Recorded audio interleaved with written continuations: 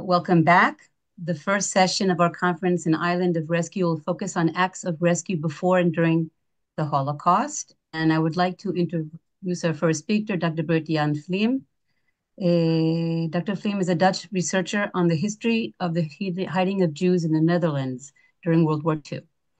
He wrote 4 books on this subject and was one of the editors of the Dutch volume of the Encyclopedia of the Righteous Among the Nations in 2004. His father, Herman Vleem, who lived from 1922 to 2009, was a member of the NV group that saved the lives of 226 Jewish children and 28 adults. In his latest research, Vleem collected information on the hiding of almost 3,800 Dutch Jewish war orphans and their relatives. The resulting database allows quantitative analysis and provides answers to many questions that these Jewish hiders, their next of kin, and researchers might have. The qualitative part of his book, containing 163 stories of hiding, covers all aspects of Jewish hiding in the Netherlands. Some stories are very warming, some are very grim. Vleem's book will be published later this year, and we were looking forward to seeing that. With that, I want to give the floor to Bert-Jan Vleem. Thank you very much. First, I'd like to thank Madine for having this opportunity. I would like to say that I visited the Ghetto Fighters Museum together with my father in 1998. It was the highlight of our visit in that year. To the left, you see one of the hidden children. She's called Leah Winnick. She was born in Amsterdam. And this picture is my father also, Herman Vleem. Leah was rescued by my father during the war. And my father was a member of the NV group, which in Dutch is called Naamloze Vennootschap, which more or less translates to Anonymous Association. You can see in the picture that the girls and the boys in the picture, they spell the letters NV. Can you see? So this is taken from right after the liberation of the province of Limburg. It was the first province in Holland to be liberated.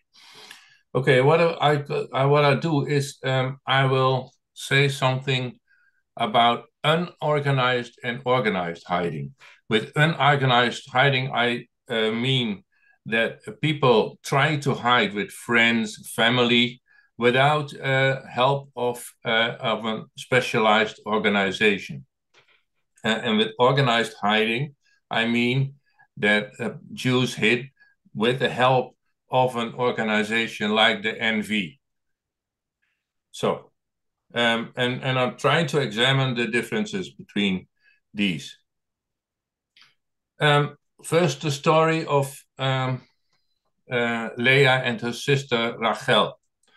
Rachel was called Shella. They lived in Amsterdam, and in December 1942, the whole family, with the 4 of them, her parents and Rachel and Leah, they fled to a hiding place in Haarlem. That was a shed. It's just a tool shed belonging to a business acquaintance of the father. Now, this is typical for unorganized hiding. You just hide yourself somewhere in a shed or so, and there's no outside organization. You stay there and hope for the best. Rachel, I interviewed in 1988. And this is what she said. We were not allowed there. There was no toilets. We had no beds and no other persons to talk to. The food was brought by an elderly man every day, and that's it. They never saw anybody there. But, and this is another thing of unorganized hiding, they were betrayed. They had to run. So they run away from this shed, and in 2 temporary hiding places, they ended up in Rotterdam with a prostitute. a prostitute who worked on the streets. And Rachel remembered that was a terrible, terrible time. I can't remember how we got there, but the woman only wanted their money. So they paid, and they paid, and they paid a little more until all the money ran out. And then they were told to leave and move to an attic in Utrecht, in the city of Utrecht. You can see it here. Rachel remembered these people took good care of us. We had clean beds in a clean room. But again, it was unorganized. When they were betrayed, nobody helped them. There was no outside organization to help them. So they fled in panic in the streets and slept a few nights on some carts that was standing on the marketplace.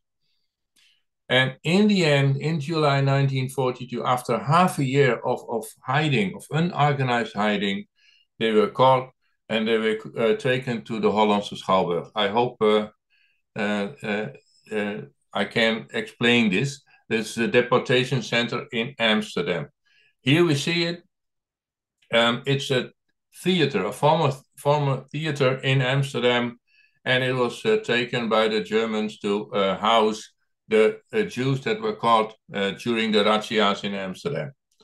And because of sanitary reasons, the crash that was on the other side of the street, in English it's nursery, was the place where the children went to, were captive, held captive.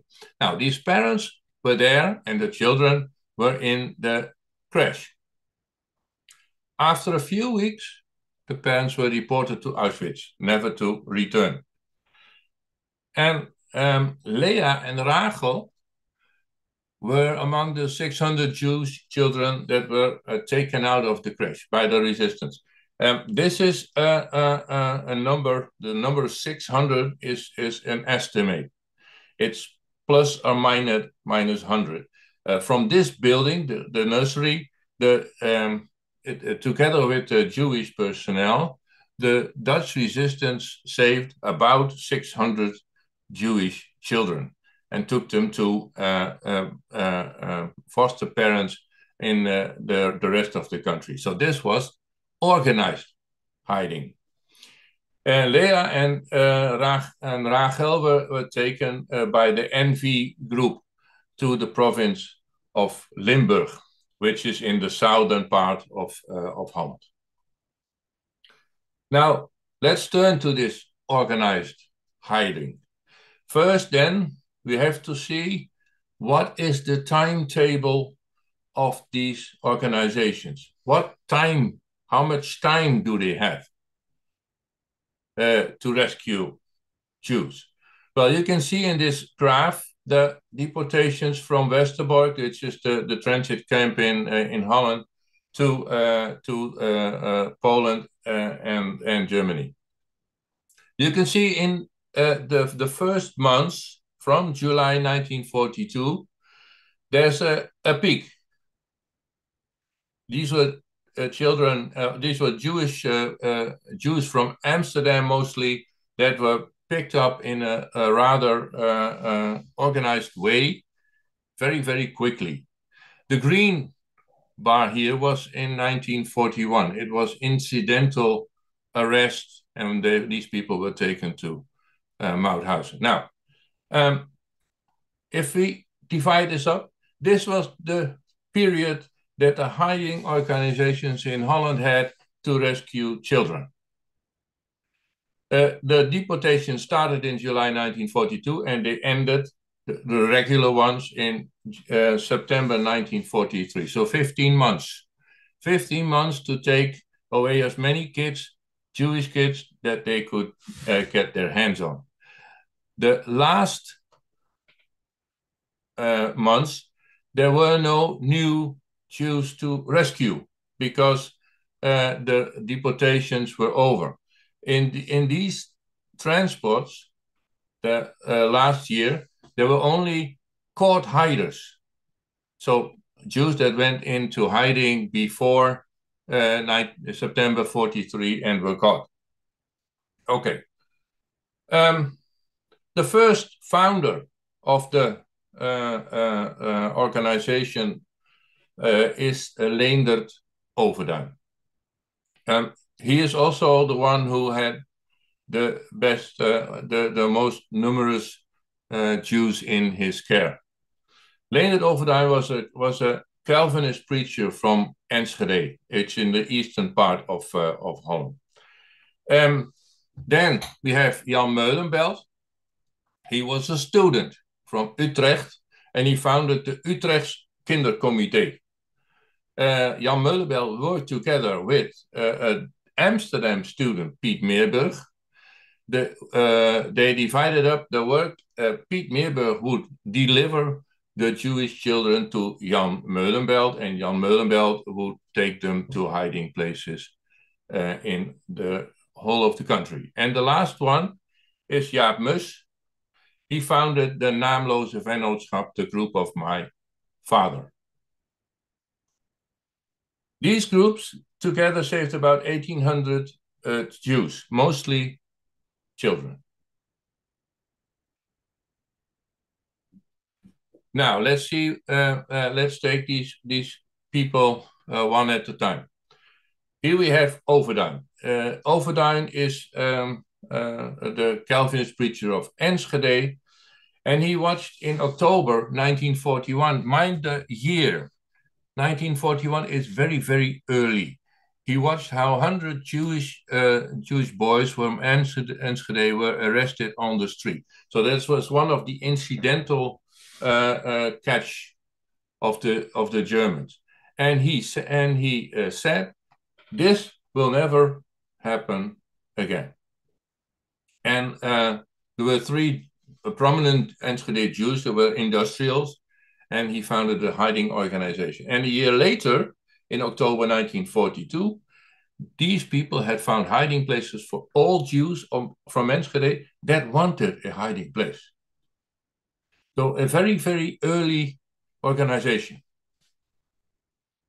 You can understand that in October 1942, all the Enschede Jews were threatened. So he could help them all. He used the church network, and you see the network is on bold characters. He rescued about 800 Jews, both children and adults. You see where the old were taken to Friesland, to Groningen, to Gelderland, and to Overijssel. All by the vicars that he recruited to help. Then Meulenbelt. The students of the Utrechtse Kindercomité used also a network, the student network, to find reliable addresses throughout the country. So Jan Meulenbelt, as I said, he got his children from Amsterdam, where most of the Jews were living. The Amsterdam students brought them to Utrecht, and Jan and his helper and his organization hid them with the parents of their fellow students. So that was all over the country. By January, 7 UKC centers had developed. You can see as far as Zeeland and as far as southern Limburg. But there were many of these of his helpers were caught. Several you can see were caught, and the work in the West more or less stopped. In the East and in the South, independent workers from the UKC went on with the work of hiding Jewish children. The Amsterdam students, they had to convince the parents to hand over the children to them. If you stop and wonder about this, then you will think as me that is a very difficult decision.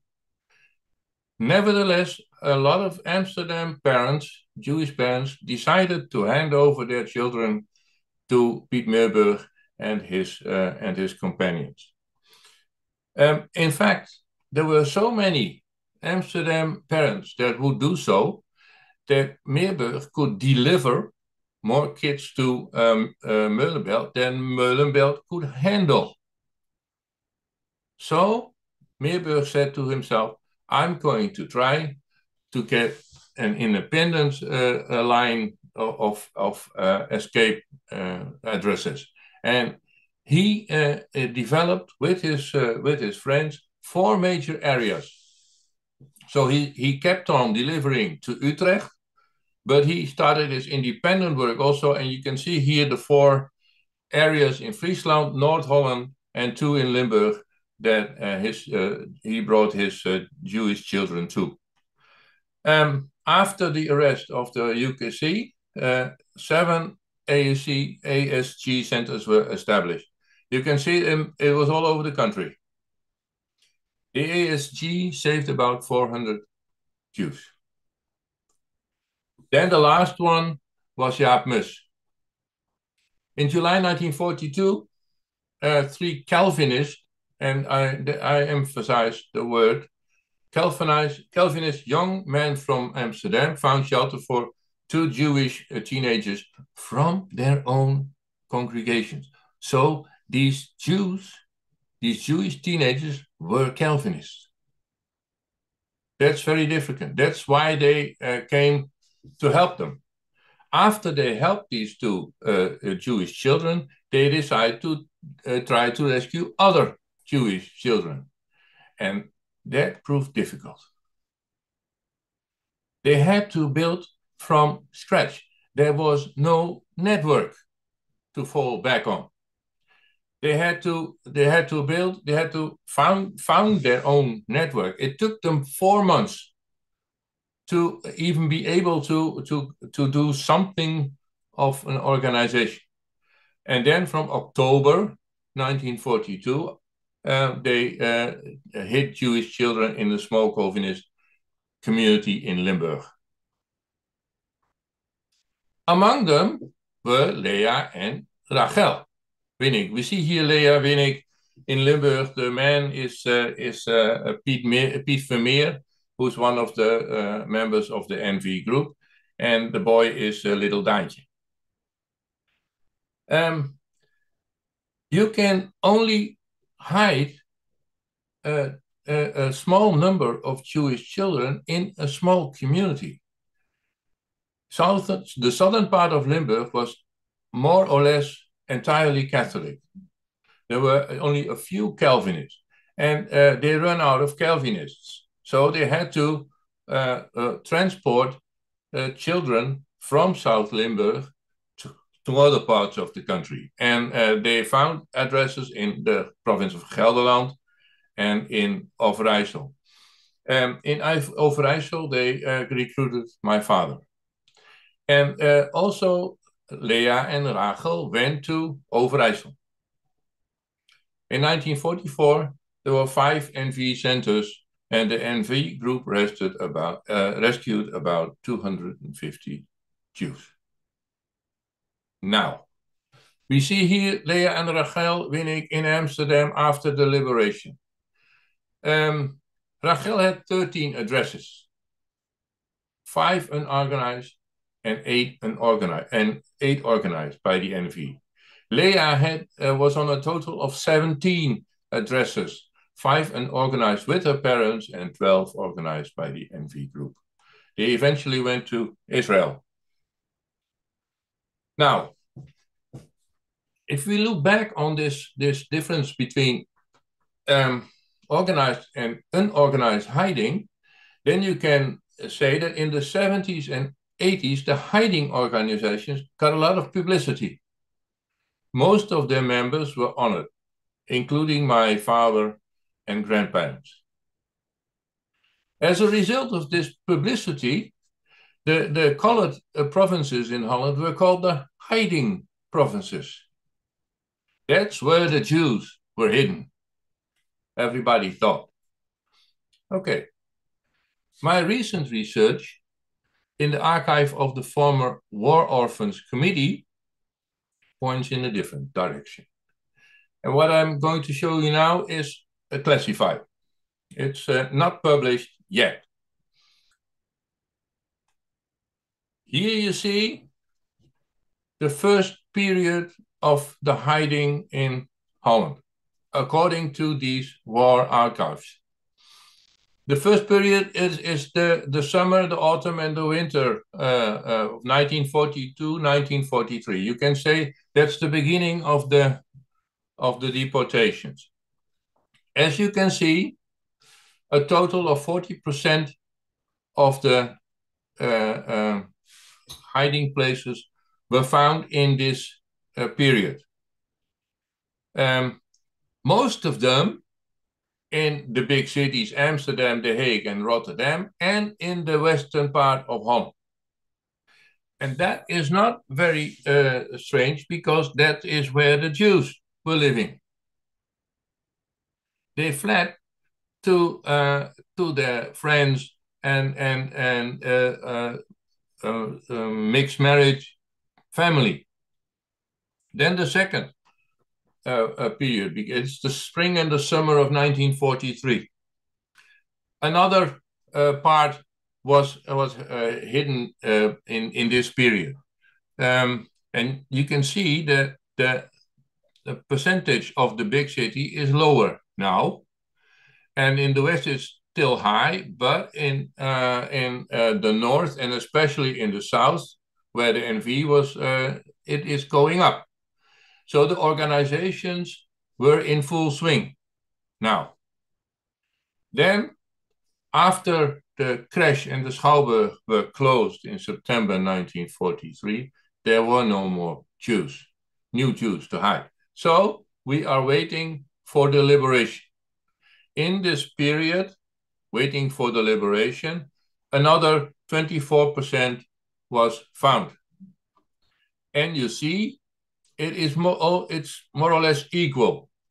4.5% in the big cities, 4.5% in the north, 5.2% in the east, 5.6% in the west, and 4.7% in the south. And the total in the big cities, more than a quarter were hidden. And 28.6% was hidden in Western Holland. That's not very, that's the way it was. 448 by far were hidden in Amsterdam, 330 were hidden in the province of North Holland. Now you must know that Amsterdam is a part of the province of North Holland. So what is my conclusion? Not the eastern part of Holland or north or south was the hiding province. The real hiding province is north of Holland. How did this escape us? That's what I would like to say now. Like the Winnick family, thousands were hiding there and in an organized way. And like the Winnick family, because it was unorganized, you were on their own, they were caught. And some people eventually managed to get in the care of an organization afterwards. I hope the focus will come on the unorganized hiding after all. The conclusions. From July 1942 until March 1943, most Jewish hiders were concealed in an unorganized way. They fled with their thousands. There were no organizations to help them. They were on their own. And it took place in the western part of the country, mostly in the province of Northern Holland. From April 1943 onwards, most hiding organizations were in operation. And they took Jews out of the West and hid them in the other parts of the country. Why was this fact not known? Because of the unorganized hiders we caught, and because the members of the hiding organization were relatively easy to trace for the journalists, which got them a lot of publicity. Now, this is my question to the fellow researchers. Is the distinction between unorganized and organized hiding relevant to the hiding of Jews in other countries of occupied Europe? This is what I wanted to say. I thank you for your attention. Thank you so much, Bert-Jan. The Ghetto Fighters House has a very large archive Yes, about it's Holland. yeah, It that's does. right. And by the way, the Children's Museum also has many stories because of this large archives. Many of the stories that we have are about Holland. But the research that you're doing now, but the organized and unorganized hiding of children, it almost makes complete sense that the unorganized would be less known because if it's not together in a group, in an organization, many people were doing it on their own. And I'm thinking to myself, how do you create a network when you don't have internet, you don't have WhatsApp, you don't have any of the things, luxuries that we have today that help people to connect with each other. And amazingly, they were able to still save so many children. Not enough, obviously, but the work was there. Thank you so much for your research. And your book obviously is going to come out in Dutch because I'd love to read something in English, but I we'll will, have I to. will, I will try to make parts of it in English. Wonderful. Thank you so much. And with that, I'm going to move on to our second speaker, Dr. Amy Williams. Dr. Amy Williams recently completed her postdoctoral fellowship at Yad Vashem. Congratulations, where she discovered the kinder transport lists in Israel. It was a very big story. It was in the news all over the world. Amy has written one co-authored book with Professor Bill Niven on the memory of the kinder transport for Camden House. She is now working on her second co-authored book with Professor Niven on the history of the kinder transport for Yale University Press. Amy was the kinder transport historical advisor for the new documentary I Was 8814 about Hannah Zakmaili, a kinder transport survivor based in America. Amy will soon begin her research in the Netherlands, Belgium, France, and Sweden to find other kinder transport lists. Amy, the floor is yours. Thank you so much for that wonderful introduction. I want to begin by honestly sending a huge thank you to all the museums in Israel, such as yourselves, the Ghetto Fighters, and Yad Vashem, who have helped me immensely with all the work that I'm doing with Professor Bill Niven on the new book. So, what is rescue? Rescue is a retrieval. It is saving someone from a dangerous situation. And I think the kinder transport is one of the most well-known rescues of Jewish children for many different reasons. But what the actual rescue looked like is I suppose sort of or was sort of unknown still. We have photos of departure and arrival, but the actual rescue, the transport, the movement out of Greater Germany, what did that look like and who was part of that and how was it organized? There's been tremendous scholarship on the kinder transport, but there is still so much more to do. Um, and I think that finding the lists is trying to slowly piece these gaps together and dispel myths. We can now really reconstruct what rescue actually looked like. And the lists are sort of the final part of rescue. There was a whole build up to the lists. The documents in Britain speak to arrival, welcome, integration, adaptation. They are the sort of end part of the rescue. Um, the list that I found really secured the Kinder's rescue, but I will also pose this question: did they? Because some of the Kinder that came to Britain were killed during the Blitz. Some committed suicide tragically. Some were murdered during the war, fighting for the Allied armed forces. So, did rescue mean safety? Did it actually mean survival? Um, so that is something that I'll try and pick through in this talk, but more so in the book. And for many years, the Kinder didn't know how they'd been rescued or who had rescued them or who they travelled with. And again, this is something that I'll look through as we begin this talk. Why is this not moving? There we go. So again, like I said, like how did people cooperate and how did people coordinate this rescue? I think in Britain we see the kinder transport as belonging to us in a way.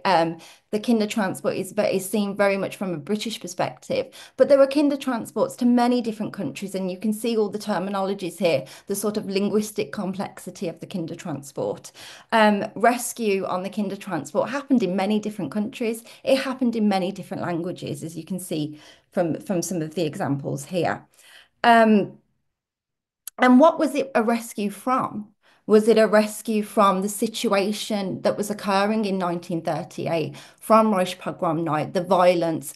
Some of the older boys who were on the kinder transport were actually interned in concentration camps. And we do have some accounts of some of the younger children saying, gosh, who is that boy on the train with the shaved head? And it is one of the older children who were in concentration camps and then released and went on the kinder transport. Um, and I found new accounts now that said 18-year-olds are on the kinder transport as well. And we have their medical sort of records. It was also a rescue from the loss of education. And it was also a rescue, as we now know, from the Holocaust. Um, to throw a spanner in the works, the kinder transport began in 1934. As you can, I don't know if you'll be able to see if I hover my key here, my mouse, it says kinder transport. And this was a rescue of children from Germany to New York. And sometimes they went via Britain, sometimes they didn't. Um, so the rescue on the kinder transport begins much more earlier than we actually thought. You could say these are like pre-kinder transports. If we think of the kinder transport, we often think of 38 to maybe 1940, and mainly with a movement towards Britain. However, there were many movements of children prior to the kinder transport as we know it. These lists were already known. These lists were in existence. But again, these are just general lists in terms of how many transports and when they took place. The actual, well, who was on them? What are their details? Who accompanied these children wasn't as known because not all the lists had been found at that point, but these ones were known. So here are two lists that I found for one child, Edgar Lax, and there is one list on. Sorry, I'm so tired. I can't remember which is left and right. On my on my left, there is a list of him going to Holland, and on my right, there is a list of him going to England. He actually went on two kinder transports. He first went on a kinder transport to Holland, and then later on went on a kinder transport from Holland to Britain. So you have different versions of the kinder transport that these children go on. So there were different versions of the kinder transport, and the rescue, as I said, is often seen from a very British perspective, but it was a transnational rescue of children. And a recent document that I found was really interesting. What image do we have of this rescue? And as I said, it's often very British. But I just want to quote something here.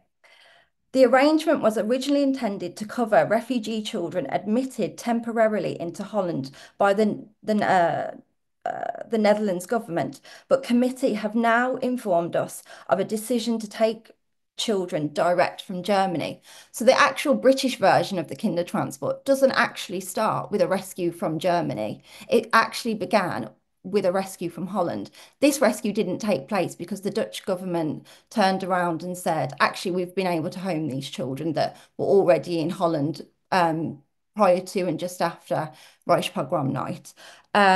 So the image that we have of the kinder transport, always being a direct rescue from Greater Germany in the British case just isn't true. It began, or it was imagined that we would take children already in Holland and Belgium. So essentially, these countries had already rescued these children. Britain was the second rescuer, but it became the first rescuer in the sense of it did rescue children from Greater Germany. But the rescue of the children could not have happened without collaboration with the Dutch, with the Germans as well, because obviously they traveled through those borders. Now, what I didn't, because I am tired, and what I didn't forgot to do is to show you the letter that accompanies these lists. So this is one particular list. This is Hannah Zach-Miley's list. As you can see just down the bottom, if I hover here, you can see her name, her birth date, where she was born, her Kindertransport number, and also the fact that it says HOSP. She needed to be medically checked upon arrival. She just had her appendix out. And you can also see where she was going, London. Although she didn't end up in London, she did move to Coventry.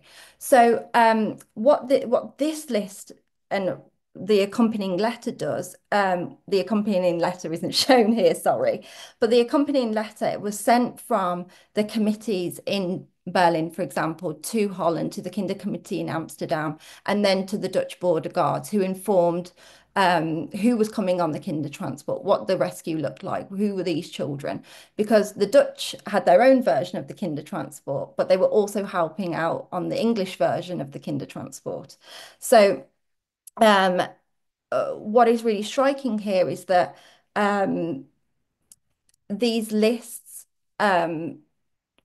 talk to the individuals and who was on these transport lists, who journeyed together. These lists enable us to reconstruct what the Kindertransport liked, who was doing the rescue. You can see the list of accompanying adults here, which committees were involved. Sometimes it says that, this particular list doesn't.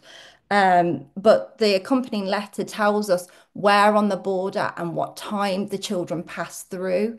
So there's all this detail that we haven't, a lot of kinder haven't seen before. We also have lists like this, which is a list that didn't happen. This is a Kindertransport of children that never left. So a rescue of children that never took place. This is from Danzig or Gdansk.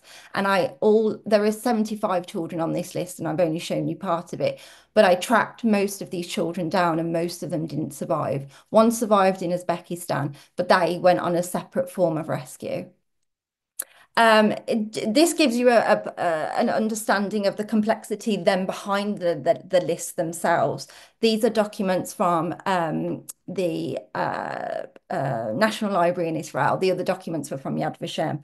And these documents talk about complications around delay, around some children are going on the youth alert, but they're on the Kindertransport list. They may be on a Kindertransport list to Sweden and also Holland, but it depends when and where their number is called. So they are on multiple lists. They could have been rescued or had the opportunity to be rescued to multiple countries. And you can see that the documentation behind rescue, you can see these incredibly moving photos of the children, and on the back, their parents write their names, where they lived. You can see letters that the parents write. This is a letter addressed to Princess Elizabeth. We have other letters of desperate parents pleading, to get their children out. It's an incredible amount of documentation that we have. And very recently, I found documents that show that there was, in December 1938, a Kindertransport from Vienna of 600 children that went to Ethiopia. So a Kindertransport, have we ever heard of one like this? And it went via Holland, well, the Netherlands, sorry, Britain and Sudan. These children, this is how they travelled down to Ethiopia. I haven't been able to find the list, but I know that of the 600 children, 30 of them were under 10 years old, and they were travelling without their parents. They obviously had accompanying adults, but they were without their parents. So these are probably unknown Kindertransport, unknown rescue. As I said, the Kindertransport is not just a British scheme. Children may have travelled on multiple Kindertransports, as I've talked about, from Holland, and then remaining in Holland and then moving on to Britain. What is really interesting then, just to take a step back for a moment, is having the privilege to tell the kinder and their families how, who, and when, and who accompanied them on their rescue. And we've had so many different responses, from emotional, being in total tears, to memorial responses whereby families have taken the lists and done a journey in reverse to stand in front of memorials and place the list become a memorial to that rescue. The list confirmed, it's an affirmation for the first generation, but also for the second, that they're here because of this rescue. There is a historical responses in terms of with regards to families wanting to know more about the history. There are biographical responses where children, survivors, Kinder, want to know more about who journeyed with them. We've actually been able to reconstruct Kinder transports. I've been able to put survivors back in contact with one another. There are conversational and social responses, as you can see here, and environmental and operational responses as well, whereby people want to know the mechanisms behind the Kinder transport. And I got to interview people, and this is what I'm starting to do now. What are first, second, third generation responses to these lists? They know obviously that they were rescued, and they know a lot about the Kinder transport. However, what is it like to see the list that confirmed this fate? And here are some of the questions that I posed to Bobby Lax, who lives in Tel Aviv, and his father is Edgar Lax, who came on the Kinder transport. I'll just leave that there for a moment or two. But just to give you a sort of wider perspective here, is that it means so much to many different generations. And Hannah Zach-Miley recently did a blog post about what it was like to rediscover her list and to see the people that she traveled with for the very first time. So not necessarily rethinking her story, but understanding it in a slightly different way, learning more 86 years after the event that these lists were discovered. There are new reactions to her rescue. It's the first time she was able to know how many children were on the transport, what their names were, where they were from. Okay, and I talked about Ethiopia, but we also have Kinder transports from Croatia via Turkey to British Mandate Palestine, and you can see just here it says Kinder transport. So again, another Kinder transport. Did we know about this? That obviously we did, because people have been writing about this. But you can see the list is there. You can see the children, where they're from. So these are unknown Kinder transports in terms of a British perspective, because we see the Kinder transport in a particular way. Now, as I mentioned earlier, did the Kinder transport rescue all the children? The term actually is a changing term. Now it's so synonymous with rescue and survival, but it didn't always mean that. The Kinder transport was temporary.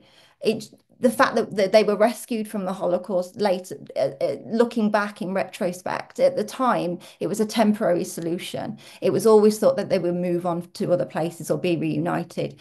Now, here is a document that talks about a Kinder transport towards death. This is, you can see Kinder transport here. There were conversations between Nazi officials such as Eichmann, cannot think of them now, sorry, this is the jet lag in. But there were talks between Nazi officials about whether you could deport children and whether they could be deported on their own, whether their carriages should be locked, whether there should be adults with them. And the first use of the term Kinder transport is actually in the post-war period in the Eichmann trial. And it is specifically referring to the deportation of children from Drancy. And we have their Kinder transport lists as well. This is an example of, again, the use of the term Kinder transport to mean the deportation from Drancy. So we have Kinder transports to life, but also Kinder transports to death as well. This is another document. This is a document to talk about children being deported from Holland. So and these are children that could have been rescued on the Kinder transport and had been in Holland, but then been later deported on a different Kinder transport. So as I said, Kinder transport doesn't always mean rescue. There is a memorial, a Kinder transport memorial here in this particular camp that remembers deportation. What I think is really important to know here is that the use of the term Kinder transport in a British context means rescue. In Holland, it means slightly something different. Colleagues and other academics have spoken about the deportations, and that there is more work out there in terms of that history than there is in Britain.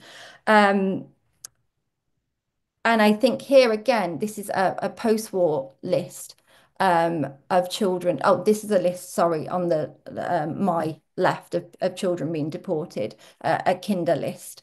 But then you also have a list using the term children's transport, which was used in the English language. And this is a post-war rescue on the kinder transport. So these are the children that have survived the camps. Now, is it a rescue? It's rehabilitation. This is a rescue that came too late.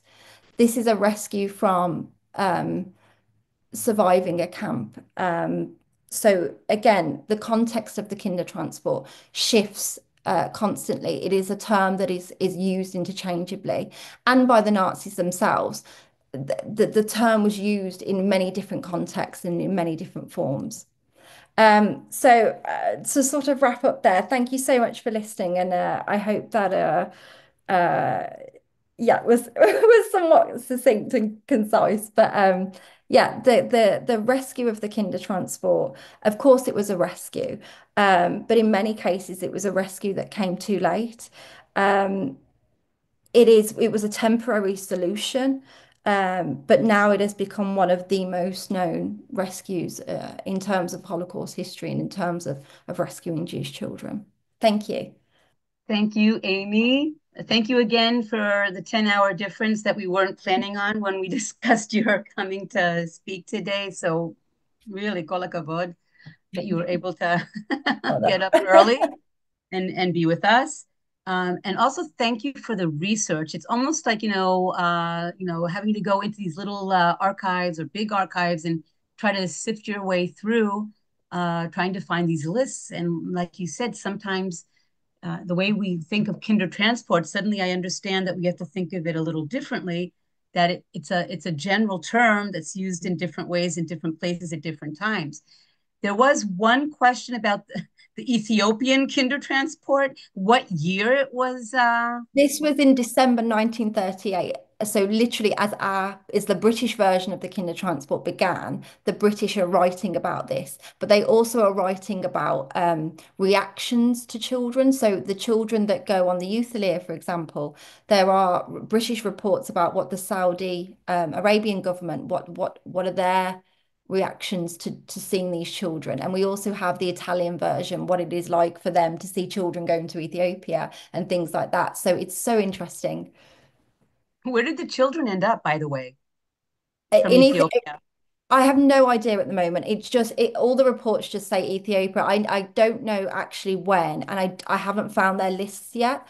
A lot of the lists are this is a British rescue as well, so those lists are still classified. I was very lucky to find the ones in Yad Vashem and in other places that aren't. So there's more to come. Wonderful. And we're waiting for the next book to come out as well. And actually, someone here is trying to connect with you. It's Kerem, so take a look in the chat box because he's interested in the kinder transport from Vienna to Ethiopia. Yes. And if there aren't any other questions, I'm just checking back to see if there's any questions. Mostly thank yous to Bert-Jan and to Amy for their presentations. I think that we all learned a lot that maybe we didn't know. We thought we knew, but we didn't know. And I just want to conclude this section. If there isn't a question as I'm talking, it's just that the concept of rescue, an island of rescue, when we were thinking of the title of this session, in Hebrew, it has a double meaning. And it really connects to what Amy was saying. In Hebrew, we use the word which is an island, but in Hebrew also means not. So the question is it a rescue or is it not a rescue? Is it an island of rescue or not?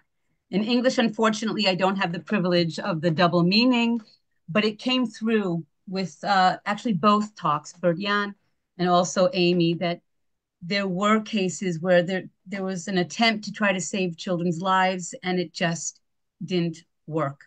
And it didn't happen with all the risk and the danger and the wanting to help these children. Sometimes it didn't work. And maybe we'll know less about those stories. And hopefully through both of your researches, we'll learn more. So there is one question I see. Are there lists of children transported from Alsace to Algeria? Oh, not that I know of at the moment, but I will. That is my next stop, because I also know that there was a kinder transport from Yemen that was funded by yes, by the German Jewish community, and they went to British Mandate Palestine.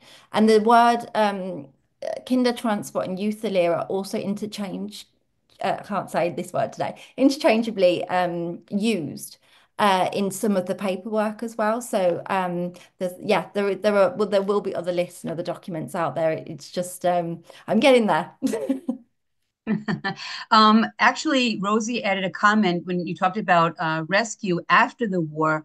She said that it is still a rescue because Yes, there was yes, Stalinism and the children were being rescued from that as well, which is also true. So that's also an interesting context to put it in. She writes, I think it is a rescue in the context of the post-war groups who came to the UK, totally. as the majority of the third and fourth groups who came in 1946 were being brought out of Czechoslovakia as they came from the Carpathians. It was a rescue from Stalinism. So I just wanted to add in that Definitely. as well.